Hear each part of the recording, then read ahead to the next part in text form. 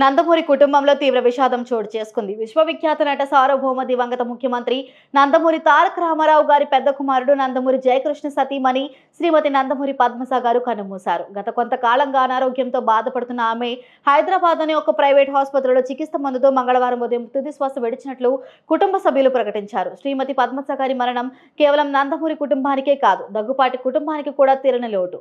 ఆమె ప్రముఖ రాజకీయ నాయకురాలు దగ్గుపాటి వెంకటేశ్వరరావు గారికి స్వయానా సోదరి. ఈ బంధుత్వం ద్వారా ఆమె రెండు కుటుంబాల మధ్య ఒక ముఖ్యమైన అనుబంధంగా నిలిచారు.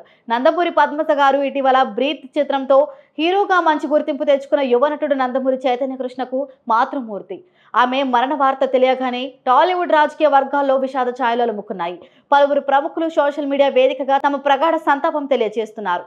ఈ విషాద వార్త తెలిసిన వెంటనే ఆంధ్రప్రదేశ్ ముఖ్యమంత్రి నారా చంద్రబాబు నాయుడు గారు స్పందించారు. ఆయన హుటాహుటిన హైదరాబాద్ కు బయలుదేరారని, మరి కాసేపట్లో నందమూరి పద్మజ గారి పార్థివ దేహానికి నివాళులు అర్పించనున్నారని సమాచారం. నందమూరి దగ్గుపాటి కుటుంబ సభ్యులను ఆయన పరామర్శించనున్నారు.